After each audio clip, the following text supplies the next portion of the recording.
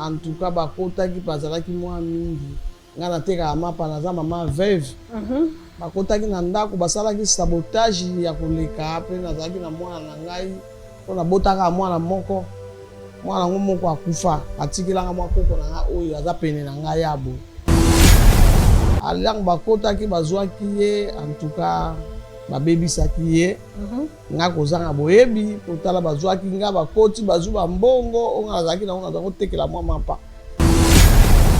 nabengi ye mpe naye kotuna ye o mama nazoka bete koma ata yo oza na zemi nakosala nini bao wana batika kotoye na ye mpe mobali te eloko te sikonga nakosala nini nga ko mama veuve mbongo nyonso nazalaki nango koteka mapa nyonso bamemi nabotaka mwana moko na vie mwana ngo patikilanga mwa koko oyo so bakoko osusu bayi koviole lisusu na bato ya malonga te nazoyeba te fo akende akotata opographie toyeba poswa mwana eza ndenge nini mama aza lolenge nini makoki mwa ezala nango eza te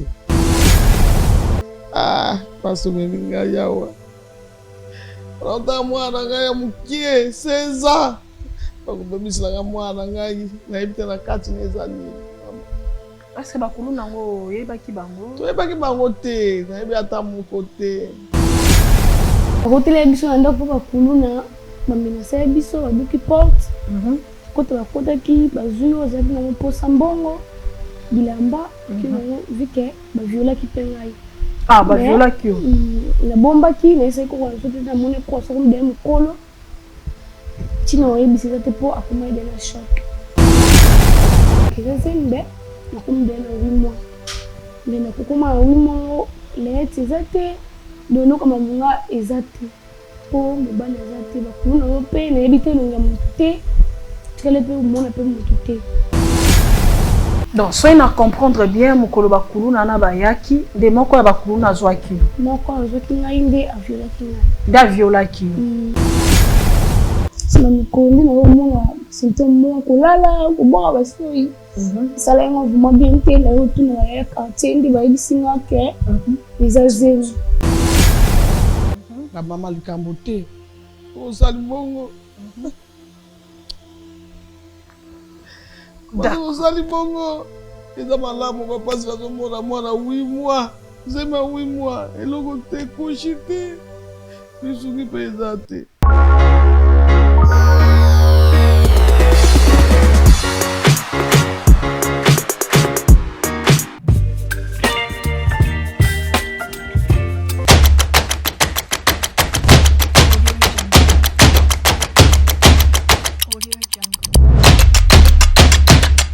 Selon Matthieu 25, 35 à 40, la Bible nous dit « J'avais manqué où dormir, tu ne m'avais pas donné où dormir. J'avais manqué à manger, tu ne m'avais pas donné. J'étais en prison, tu n'étais pas venu me rendre visite. J'étais malade, tu ne m'avais pas assisté. » Qu'est-ce que Dieu voulait dire par là? Pour la participation na yo, benga orphelinat chez la Mwanda na +1 443 68 36 670 plus 243 99 59 57 089. Tout sunga bango na era malade, tout soutenir bango na l'école, tout soutenir bango na nyonso bien aimé dans le Seigneur. Nzamba sunga biso ton na yo, libaya na yo, sima na yo et construit place ba président bakolala, ba ministre bakolala, ba pasteur bakolala et ba serviteur de Dieu, ba servant de Dieu bakolala, ba sana balabala nazo bonde la biso nyonso tout tient la main dans la main tout construire place na nzamba kozwa. Alors je voulais vraiment annoncer à tout le monde de la bonne volonté de le faire pour la gloire de Dieu. Que Dieu vous bénisse.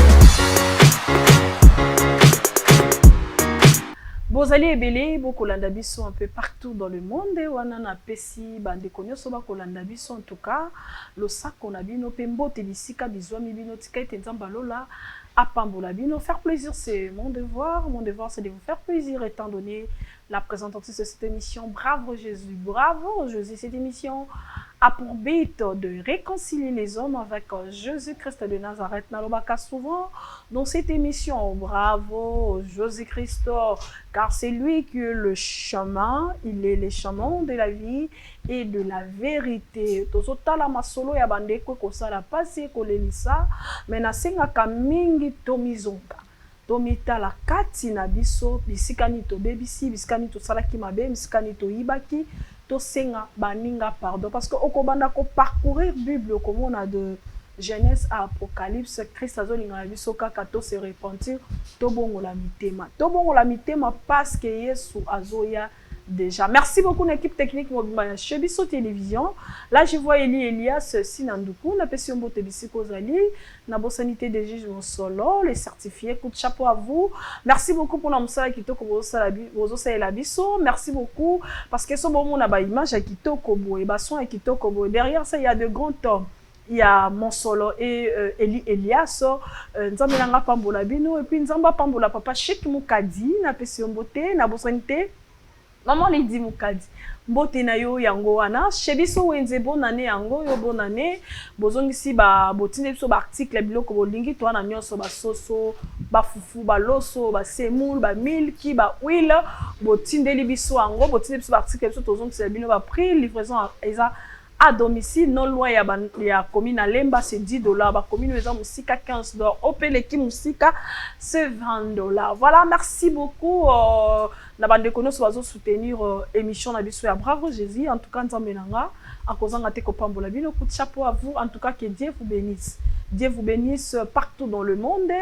Nzamba pambola bino na bosanité papa JP Molato, papa Ousmane na Londres vienanga na pesi mbote moko oya soutenaka Bravo Jésus. Vous êtes belé bo soutenaka Bravo Jésus tika nzambe nanga apambola bino. Voilà, vous voulez comme le pango, en tout cas les publicités sont là, ils ont les canaux. Appelez les numéros qui est affiché. La publicité, bon, quand tu as contact directement, on a bateau bazar disposé pour disponible plutôt pour na comme mabino na endroit oh esengeli. Merci beaucoup na bande kono so soutenir Fondation chez la Mwanda. En tout cas, bana bazar besoin de soutenir la biso. Bonne année yango yozo kansola tsamwa na ola tisa o laisser soso kanisa pe ba orphelin ya Fondation chez la Mwanda et kozala bon ba vieillard, ba veuve, maman Magui. En tout cas, initiative kitoko ya Action Plus ya maman Magui. En tout cas, nzambe nanga azangate ko pambola bino so botali ba vieillard wana j'insiste parce que je sais de quoi je suis en train de dire parce que na kitaki la na kitambo la vélodrome na talaki ba vieillard okolela lipute ate pampers masuba bisika même bazo lala. En tout cas, to soutenir bateau ba bomba bango to ya na aide bisonyo surtout et kozala vraiment malamu mingi. En tout cas, ba terrain kiti na c'est les bambous. En tout cas, appel niveau benganga na numéro nangai et kozala malamu mingi na plus 243 81 00 27 303 plus 243 81 00. Pardon, je répète, plus 243 81 00 27 303. Là, c'est mon numéro. Que soit maman ou tu directement, bah, Teresa vraiment n'a pour abordable. Évangéliste Mardochier, à qui ici, bah, terrain en scellé. À sa action bonne année jusqu'au mois de janvier. D'accord, merci beaucoup. Tant bobé, na contact na Évangéliste Mardochier. En tout cas, je passe son numéro en tête. En tout cas, ce bobé, vous rejoindra directement. Nazanga, mon côté, na plateau. Nazana, bah, na maman na ngai na somo na déjà maman, je dois l'appeler maman. En tout cas la moni epé na yaya na biso. Je sais pas qu'est-ce qui se passe réellement, mais je vis notre fille Azana Zemi. En tout cas ensemble dans cette émission, on va quand même découvrir ni maman soyez libiso mais na bani na kopé sa maman na pesi mbote.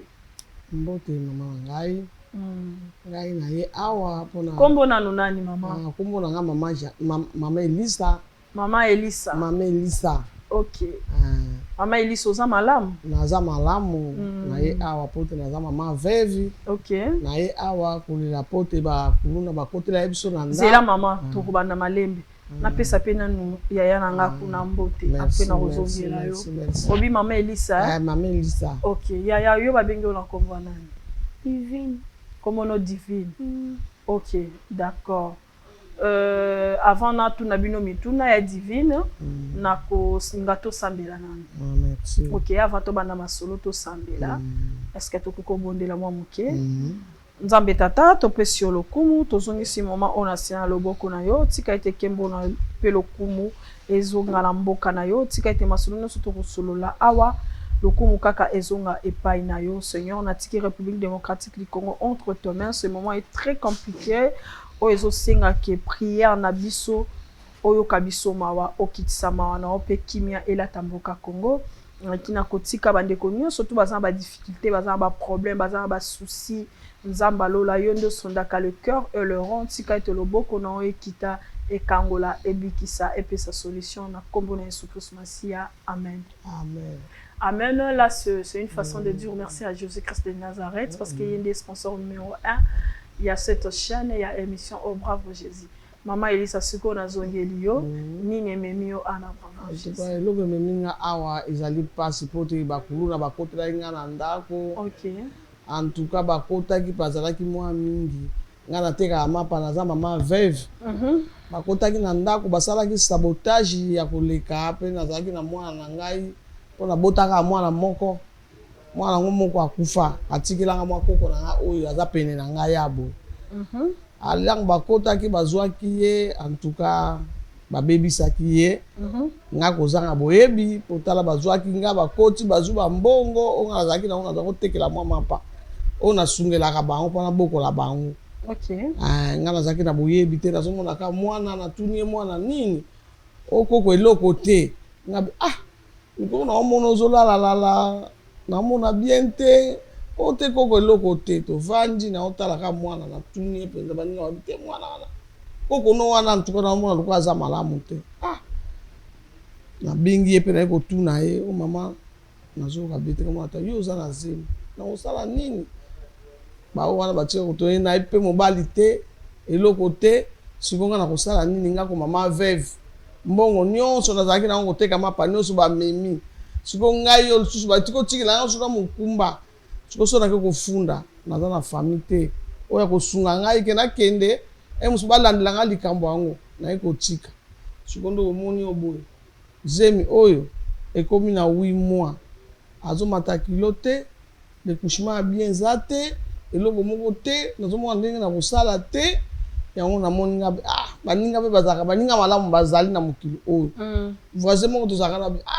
na paso mama zo lokoza pe mama veuve tokende kuna esika nga na yebi tokende okende le bapasi na yo yango te na ye awa po te botalanga bapasi oyo na akoka lisu te tala mwana za na zemi 8 mois aomata kilo te eloko te ata mwa kusha kosomba eza te po ngai nde naza mbongo nyonso esila mo esika batikela biso kutu porte batikela tolo ya libaya mobala akufa na botaka mwana moko na vie mwana ngo batikela mwa koko oyo so bakoko osusu bayi ko violer lisusu na bato ya malonga te nazoyeba te fakende akotata okographie toyeba poswa mwana eza ndenge nini mama aza lolenge nini makoki mwa ezala nango eza te yango na ekolela apa na bino. Ok, maman, na landi vraiment na bokebi nyonso bakulu na bakotela ki boza na komini boza na komini Kisenso na quartier Kisenso. Ok, Kisenso ngo eza nde soki bakota ba liflar te koloko na kota bayanzi nde bisika bozali nde bisika tozali sikoyo ntango mobala akufaki nde bapesa yo ka mwa esika moko na vanda ndako yango eza ya babriki te eza babriki te eza ngara yango baforsaki pa porte mpe eza mabata talaka ngara ndenge ezaka nayebi baforse bakoti lokola nazalaka mwa kurza koteka mwa lipa wana koko bayekamba mwa kosala baye na bamashete bakoti donc nga nayebi kaka bozwa kaka napesi kaka mpona batela mwa baoyo nazala bango nzoka bati kobebisela ngai baforsaki porte vi eza porte ya mabaya banzanza baforse bakoti basali oyo bazalaki nango posa batekaka mapa natekaka mapa natekaka sute na fanda epesai nga kutu banda kutu nayoki ka na ye nga moko nazawa nzoto ezalaka su bien te tena natambola su bien te makolo eswanga tension ezwanga mpona kotala mwana ngai pasi omemi ngai awa Ota mwana ngai ya mukie 16 ans. Bakobebisela mwana ngai nayebi te na kati neza nini. Est-ce que bakulu nango yebaki bango? Toyebaki bango te, nayebi ata moko te. Est-ce que ba circuler dans ba quartier surtout ba côté na kuna ba côté qui sent sur côté kuna il y a trop de couleurs. Ah, ba yebi na ba kulu na bazali me ko yeba ndenge nini balati ba no yeba ndenge nini. C'est ça. Na yeba ndenge nini. Ngo ba tireke biso en vie. Po bango ba kata ka penda bazo kata mashi ba bolimbisa bozo ka mbongo oyo kaka oyo. Ta futa ngana mwa mapa. OK. Ngo ba big sai me ba memi mwana. Mais elo mwa mabesa na maité à part ko zwambo bakata ba pota te ba bomaki te ba saba mema eka en tout cas basalaki sabotage moko wana ezali sabotage parce que batinga la passe. OK. Siko nazo ba tena kosala nini charge eza charge ko apa mbongo bazwaki so elo musute bazwaki elo musute bazwaki ka mbongo na mwa bilamba ezalaki wana na bilamba tolataka oya bien en tout cas ngo bazwaki ba valise bakena ngo to tikali ka boye ba voisin ko bakoma ko pesa biso mwa liputa na bato église. OK.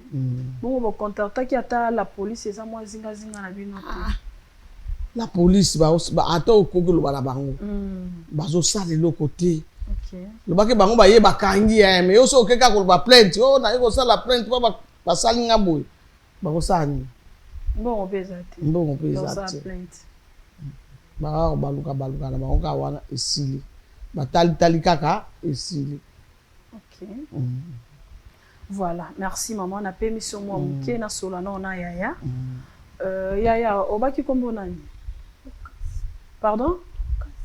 Non yo ko bien te. Dorcas.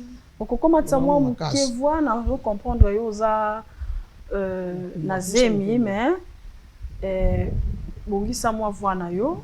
OK. Bongisa pe moi loboko no malamu po batu ba comprendre que oza na zemi. Nayebi ke ozo bombo zo ka soni. Dorcas. Ya Dorcas oza âge. On a 16 ans. Oza 16 ans. Ezala ndenge nini? Mobali aza nani? Kokoko boye, vevi boye. Koyoka ye pasi. Siko yo memeli su mukumba ebandaki ndenge nini? Eza fike mobali te. OK. Eza menasa biso ba kuluna. Okoma tsavoya ya Dorcas olobaka bongo? Bakotela biso na ndako ba kuluna ba menasa biso babuki porte. Kota bakotaki bazui ozaki na mposa mbongo bilamba ki vike ba violaki pengai. Ah ba violaki yo. Na bombaki na ese ko kwa sote na mone ko so ko dem kolo. Tino ebisisa te po akoma ide na shock. Na ko bomba ndina yo ko tuna ba ya quartier ndina moni quelque temps leki na mona ra bien te. Na tuni ba ya quartier ba bisisa ke eza zemi. Tu kene ya mo quartier l'hôpital ba bina nga ke zemi be na kum de na 8 mois. Mais na kokoma 8 mois les ezate dono kama munga ezate. Po mobali ezate ba kuna yo pe na ebite longa muté. Tukale pe mona pe muté. Donc na moment autrement ça là ezali souti. Pour que ça pena vike na pasi ya makasi. Mutasunga biso azate atokena bana police mutolanda biso azate. Famille malunga ezate donc vivre akanga pour la vie à passe. Et comme ça là ezate. Donc so ina comprendre bien mukolo bakulu na bayaki de moko ya bakulu na zwaki. Moko azwaki ngai nde aviolaki ngai. Da violaki. Otikala ole psa ko côté te na ebisa ki te parce que la banque qui donne nda koma ki ya choqué. La banque qui peut être problème na yebaki. De tango fandi sima mikolo. Bina yo mona parce que ton moi bien te na retourna ya quartier vu ba ebisi na ke zazeli. OK. Libumu pe ko mona na ndeko kwa zoto ngatuni ngandi na yebisi. Ndio yebise ke ba violaki. Oganga raté mukolo ngo ngaki te bakanga munoko. Bakanga ki munoko donc menace na ba machette. Oh si je comprends bien ça na comprendre bien zemoza na ngweza mukolo bakotela bino. Donc suko bakotela bino. Oganga ki te zala ndenge nini? Moi oganga exact parce que bakanga munoko moyen no ba izaki te. OK. Mo natika kika. On ça pesa kite. Ce que toi bakangaki au Congo, c'était comment en fait? On a toyé bandeni ezalaki. Ba menasaki ondenge nini, bazaki na banini, basimbaki ni bande koloba nini. Nani ba violaki ebele to ezaki mutu. Kama mutu moko. Bazaki na lichette na boko, alataki pe masque, autrement ça les a quitté pour force na ina mizande monter. OK. Loko sala te on tika tika.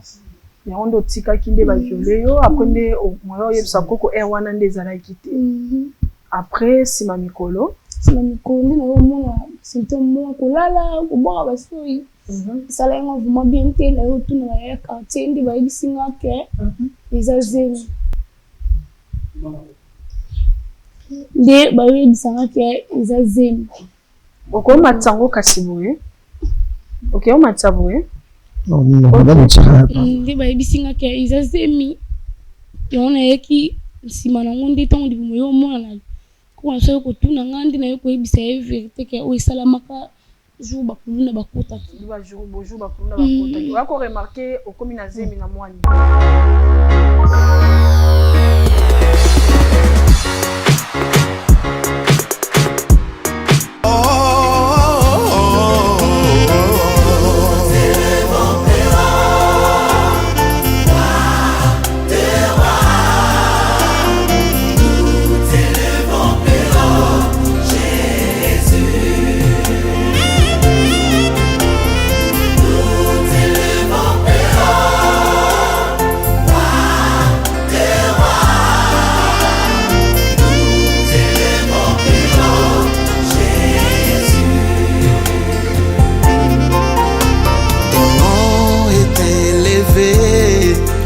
Au-dessus de tous les noms et tous les saints du trône se prosternent devant ta face. Jésus le grand vainqueur, il a tout accompli et nous les rachetés, nous proclamons sa victoire. Il est puissant.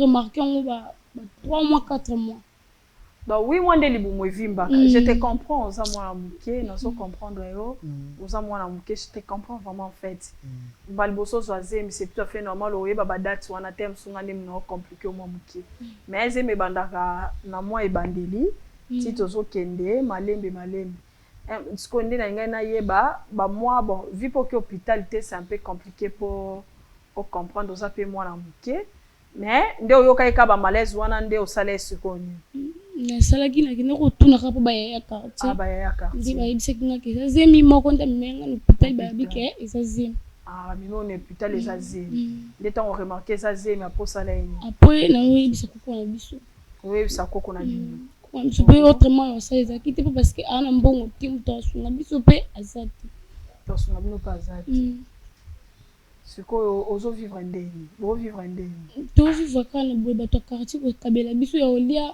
kabela biso ya ola te ngo to vivre apo bazwa ki nyonso bazwa ki biso nyonso ba valise na mbongo OK autrement ça les a qui sauté d'accord merci beaucoup ya Dorcas maman Elisa nalandi mwana muke comprendre mwana za mwana muke comme likamba liboso ya somo boye ba violer mwana epi mbala moko na zemi ezara facilité sikoyo olobi mbongo bayibi bilamba bayibi bokoliaka ya kosenga nani siko amema ebino akasi nga moko tozaka na pembeni OK.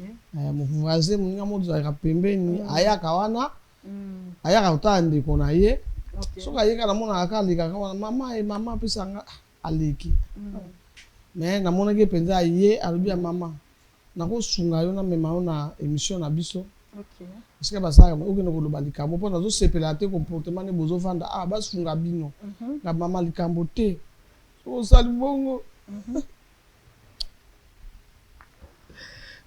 osali bongo eza malamu bapasi bazomona mwana 8 mois zema 8 mois eloko te kushi te lisungi mpe eza te yango wana toyaki awa yango bomoni nga na ye awa nekolela mpana bino basunga ngai nakokosunga nga mama veve oyo nakokosunga lipate oyo moto baviole tala motema mobala yebani te. D'accord, merci beaucoup. Sikoyo mama na osenga na yo opesa message oyo yebisinga olobela bandeko bazotala biso. Parce que ezali émission oyo ekendaka bisika nyonso na mokili na poto pe awa na Kisasa. Otala bandeko wana oloba na bango likambu baya na lisungi avant ngai na silisa masolo tozalaki nango lelo. Oloba ngai naza na poso ya lisungi mpo ndenge aza boye etikali kaka sanza moko po abota ezosalanga mpasi naza na eloko te yango naza na posa basunga ngai nakokosunga mwana oyo amatata asala ta okographie akende kosala mpa bayeba mwana aza na position nini bayeba ye mama aza na eta nini yango eloko ememinga awa. Voilà, merci beaucoup maman Elissa. Merci beaucoup ya Dorcas. Bandeko bakotala biso, bandeko balandaka émission ya Bravo Jésus, bandeko oyo balingaka chaîne na biso télévision, oyo ezali ya chez biso télévision. Je pense que c'est plus de 120 quelques d'abonnés au toza na kati ya chez biso télévision. Toye lisu na lisungi. Pona lobaki tokolemba te. Bino mo boyebi République démocratique du Congo baka eza ebele. Ba problème eza ya lolenge na lolenge oyo mosusu pe toyebi na mosusu pe toyebi te me ba oyo toyebi nde tozoya nango awa mama bayaki na ye pa ndeko moko atalaki émission na ba YouTube na ba téléphone nde asinteresaki oyo mama azolobaki po mama ngo nde mutu ayeli biso ye awa nde tolobaki bon tokoki kosunga yo na mwa moke ndenge kaka bandeko wana bazopesa ye mwa lipapa mo elamba me ekozala suffisant te.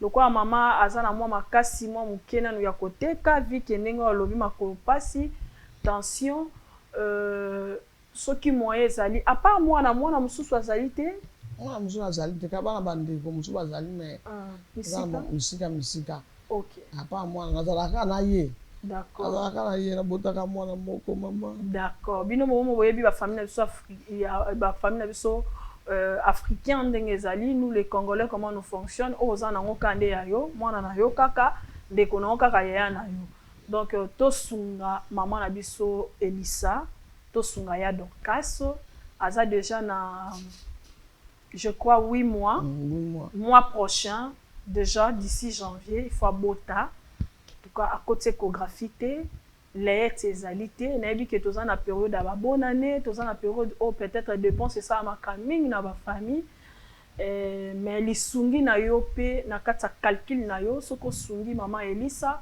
et kozala malamu mingi baza numéro ya téléphone toté ezate na téléphone ya téléphone bana mama muninga ka wana ka mama muningo amemi yo OK le quoi maman muninga azape libanda moi je préfère mieux le quoi la bomba baza en téléphone te bozui numéro na ngai soit bobengi na numéro ya papa Chic, soit na numéro ya papa Thomas, soit na numéro ya papa Eli, soit na numéro ya papa Monsolo. Il y a 4 numéros qui circulent na chez Biso Télévision. Je crois 5 numéros et circulent na chez Biso Télévision. Numéro nangeza wana plus 243 81 00 27 303 ko banga na hote soki otindi mbongo na yo et ko koma directement et pas maman Elissa. Ce qu'on dit bon non et qu'on soutenir directement ya Dorcas on est honnête tellement to lingara biso moko no to banano aide o ya muke to sanango na compte ya Bravo Jésus to kopesa bango et sengeli mama longo na ndako manzanza azwa ndaku ate ya brique ate kozala ta studio mais ezala quand même ya brique alongana na milieu aza kuna place moi kuluna nini ezali abimata bakota matete boye ekozala bien kopesa epe susu mwa mbongo ya fond ya démarrage alongana commandement papa commandement ezalaka fin du mois ezalaka mois passe mais soki azwi atie ata mwa boutique to mwa mesa liboso place azoluka ta koti ata wenze eza pembeni ya wenza matete wana azoteka nzambe nanga akozanga te kopambola bino. En tout cas je peux pas dire urgent mais je peux dire seulement que le plus vite possible nzamba sunga biso to sunga mama Elisa na koko na ye Dorcas. Je pense que maman le message est passé. En tout cas nyonso tu obandeko ba otinda donc oya otala bino soki émission esili botikeli biso adresse na bureau comme ça opesi biso ba référence de que mbongo ye donc comme directement kuna et puis maman aye na yo atikeli biso numéro na yepe donc yo localiser facilement soit boye boye soit biso toke kuna toke kotikela bino mbongo ya zala kimia na yebi osuka ekutu na classe ni Osuki na 3e. Osuki na 3e. OK. Nzamba osunga soki oboti. Je pense que année où ekozala mois passe peut-être année kuna 2024 ba kota ba septembre okozonga kelasi po ozwa petana no ya kobokola mwana okobota. Voilà, merci beaucoup to suki si awa na émission na biso. Merci beaucoup maman Elisa. Na yebi ke nzamba osunga zano kimia nzamba pambolo okota po hôpital pour na yeba ba rhumatisme déjà na ba H na bino ba taso ba rhumatisme et tout ça bino mingi. Voilà, merci beaucoup soki nzambe azongite. Que Dieu nous bénisse.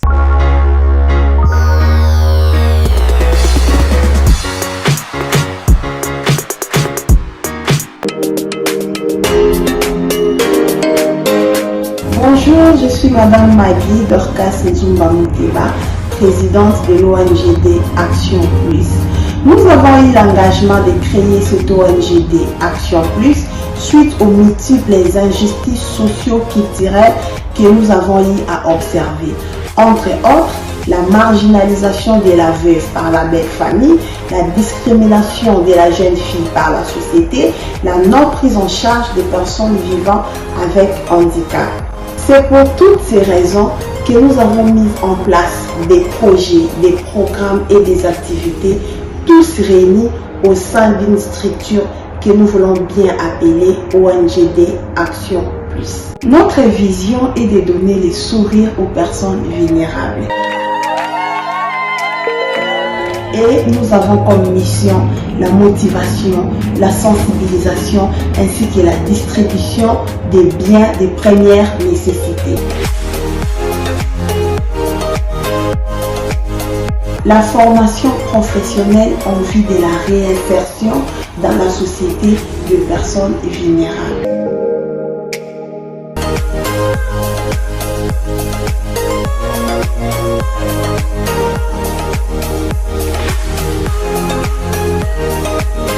Nous en appelons donc à la conscience ainsi qu'à la bonne foi de toute personne qui aura l'occasion de nous suivre, de bien vouloir assister ces personnes vulnérables par vos dons, contributions et autres. Heureux celui qui s'intéresse aux pauvres.